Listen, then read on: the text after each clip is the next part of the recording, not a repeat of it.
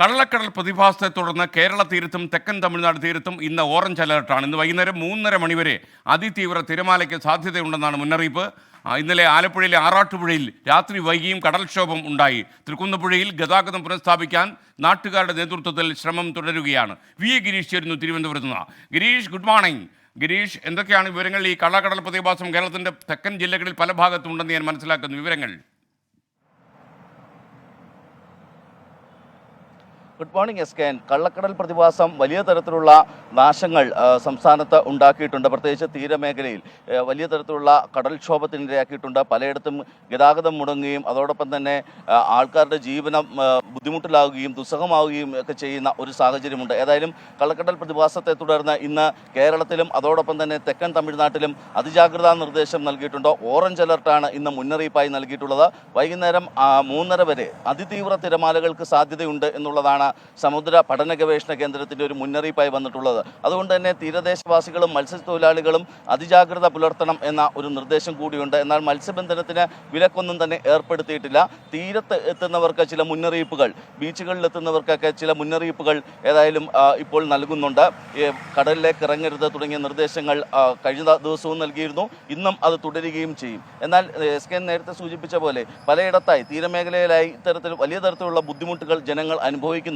അതേസമയം തന്നെ കാലാവസ്ഥ മൊത്തത്തിൽ പറയുകയാണെങ്കിൽ സംസ്ഥാനത്ത് ഉയർന്ന താപനില ഇന്നും തുടരും എന്നുള്ളത് തന്നെയാണ് മറ്റൊരു മുന്നറിയിപ്പായി വന്നിട്ടുള്ളത്. 11 ജില്ലകളിൽ ഇന്നും നാളെയും താപനില മുന്നറിയിപ്പ് തുടരുന്നുണ്ട്. അതോടൊപ്പം തന്നെ കൊല്ലം, തൃശ്ശൂർ, ആലപ്പുഴ, കണ്ണൂർ, കോഴിക്കോട് ജില്ലകളിൽ താപനില 39 ഡിഗ്രി സെൽഷ്യസ് വരെ ആകാൻ സാധ്യതയുണ്ട് എന്നുള്ളതാണ് മറ്റൊരു മുന്നറിയിപ്പായി ഇപ്പോൾ പുറത്തു വരുന്നത്. ഏതായാലും ജനങ്ങൾ ജാഗ്രത പുലർത്തണം എന്ന ഒരു നിർദ്ദേശം കൂടി ഇപ്പോൾ പുറത്തു വരുന്നുണ്ട്. മറ്റൊന്ന്, വളരെ ആശ്വാസകരമായ ഒരു വിവരം കൂടി ഇപ്പോൾ പുറത്തു വരുന്നത് ബുധനാഴ്ചയോടെ സംസ്ഥാനത്ത് വേനൽ മഴ സജീവമാകും എന്നുള്ളതാണ്. ജനങ്ങൾ വളരെയേറെ ബുദ്ധിമുട്ടുന്നു. അതോടൊപ്പം സംസ്ഥാന വൈദ്യുതി ബോർഡ് വളരെ പ്രതീക്ഷയോടെ കാത്തിരിക്കുന്ന ഒന്നാണ് ഈ വേനൽ മഴ. അതോടൊപ്പം തന്നെ ഇത്തവണ മൺസൂൺ ശക്തമാകുമെന്നും കാലാവസ്ഥാ വകുപ്പ് മുന്നറിയിപ്പ് നൽകുന്നുണ്ട്.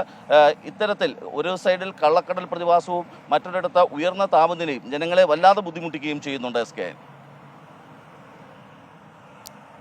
ഇനി ആലപ്പുഴ ആറാട്ടുപുഴയിൽ നിന്ന് മനീഷ് മഹിവാൽ തത്സമയം ചേരുന്നു. Manish, good morning. ഇന്നലെ തന്നെ ഈ റോഡിലേക്കൊക്കെ വെള്ളം കയറുന്നൊരു അവസ്ഥയുണ്ടായിരുന്നു, കടൽ വെള്ളം കയറി. ഇന്ന് എന്താണ് സ്ഥിതി ആറാട്ടുപുഴയിൽ?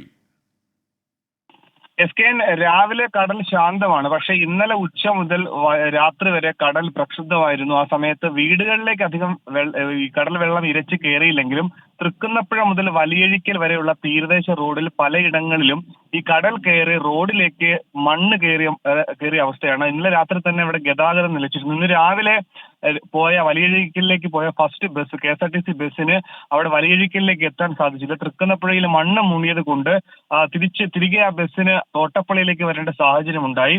ഏറ്റവും പ്രധാനപ്പെട്ട കാര്യം, ഇന്ന് കൂടി ആ പ്രദേശത്ത് ശക്തമായ തിരമാല ഉണ്ടായാൽ കടലക്കടലോ അല്ലെങ്കിൽ കടൽ പ്രക്ഷുബ്ധമായി കരയിലേക്ക് അടിച്ചു കയറിയാൽ ഇനി തീരദേശ റോഡ് കഴിഞ്ഞ് കിഴക്കേ ഭാഗത്തൊക്കെ വീടുകളാണ്, നൂറുകണക്കിന് വീടുകളുള്ള കടലിന്റെ അടുത്തായി ഒരുപാട് ആളുകൾ താമസിക്കുന്ന പ്രദേശമാണ്. ഇവിടെ കടൽ ഭിത്തി ദുർബലമാണ്. ഒപ്പം തന്നെ വളഞ്ഞവഴി പ്രദേശത്തൊക്കെ തന്നെ ഈ ടെട്രോപോഡിൻ, കോടികൾ മുടക്കി നിർമ്മിച്ചിട്ടുള്ള ടെട്രോപോഡിൻ കടലിനടിയിലായിട്ടുണ്ട്.